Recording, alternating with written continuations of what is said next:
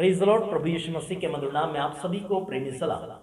जैसे कि आप देख रहे हैं राष्ट्रीय जयशु मानव सेवा, आप सभी का अभिनंदन और स्वागत करते हुए आप सभी के हम शुभचिंतक है और लगातार आप सभी के सामने आने के लिए हमें बड़ी इच्छा होती है और लगातार आप सभी का भला हमने चाहा है और चाहते भी रहेंगे। प्रभु का अनुग्रह आप सबके साथ बना रहे। हम कुछ पढ़ना चाहेंगे जैसे कि नीति वचन उसका 24 अध्याय उसका 26 वचन, जो सीधा उत्तर देता है वह होठों को चूमता है। Praise the Lord. जो सीधा उत्तर देता है वो होठों को चूमता है, उनका आदर सम्मान करता है। Praise the Lord, hallelujah. यानी कि होठों का कदर करता है ना। जो सीधा उत्तर देता है वो होठों को चूमता है। Praise the Lord. आगे लिखा है, अपना बाहर का काम काज ठीक करना और अपने लिए खेत को भी तैयार कर लेना, उसके बाद अपना घर बनाना। Praise the Lord. और 28 वचन, व्यर्थ अपने पड़ोसी के विरोध साक्षी न देना और न उसको फुसलाना। Praise the Lord. क्या कहा कि फालतू में अपने पड़ोसी के विरोध में गवाही नहीं देना, लेकिन आज हो रहा है फालतू में गवाही दे रहे हैं लोग। क्या दे रहे हैं? फालतू में गवाही दे रहे हैं।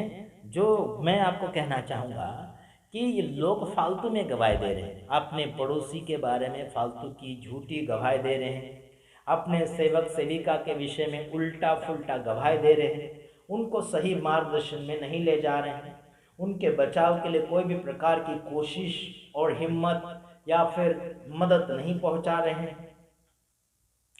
समझ रहे कि नहीं समझ रहे? मेरे भाइयों बहनों, आपके भले में हमने सोचा और आप मिनिस्ट्री के बारे में भले सोचे, बड़ी अच्छी बात है।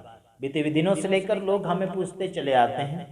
कुछ बातें मैं बीच में ऐड कर रहा हूँ, जैसे कि पड़ोसी के विषय में अगर सोचा जाए तो अपने से भी बढ़कर अच्छा सोचना चाहिए।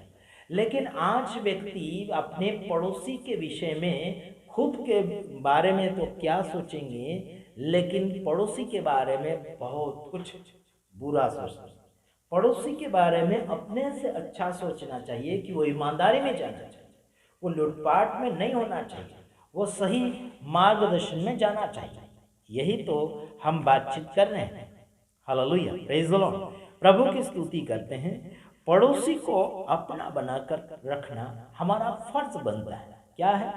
पड़ोसी को अपना बनाकर अगर हम रखते हैं तो अपना फर्ज बनता है कि उसे आगे की ओर लेकर चलते चले जाए। पड़ोसी अगर झूठ बोले तो उसे हमें क्या सिखाना है कि वो सच बोलना सीख जाए। Praise the Lord. धोखाधड़ी में आपको नहीं जाना होगा। समझ रहे? हाँ, आइए हम कुछ और बातों में आगे की ओर बढ़ने से पहले कुछ बातें आपको हम फरमाना चाहते थे कि आपको जिंदगी कैसे पसंद लगती है। हेलो। हाँ, मत्ती उसका 22 अध्याय उसका 29 वचन हम देखने जा रहे हैं। मत्ती 22 का 29 वचन, आइए हम देखते हैं और उसमें क्या समझदारी मिल रही है। 22 मत्ती 22 अध्याय उसका 29 वचन, 29 वचन ढूंढ रहे हम। मिल गए। ठीक, यहाँ पर यीशु खुद बोलते हैं। यीशु ने उन्हें उत्तर दिया। चलो ठीक, क्या बोलते हैं यीशु, सुनते हैं। यीशु ने उन्हें उत्तर दिया, तुम पवित्र शास्त्र और परमेश्वर की सामर्थ्य नहीं जानते, इस कारण भूल में पड़ गए हो। क्या में पड़ गए? भूल में। क्या में पड़ गए? तुम पवित्र शास्त्र और परमेश्वर की सामर्थ्य नहीं जानते, इस कारण भूल में पड़ गए हो।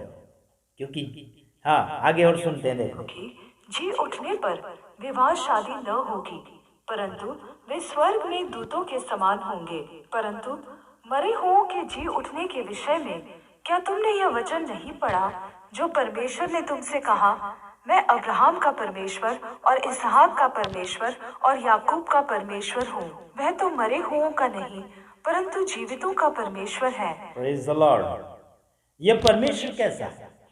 मरे हुओं का नहीं परंतु जीवितों का परमेश्वर है। किसका परमेश्वर है? ये जीवितों का परमेश्वर कहने में आता है।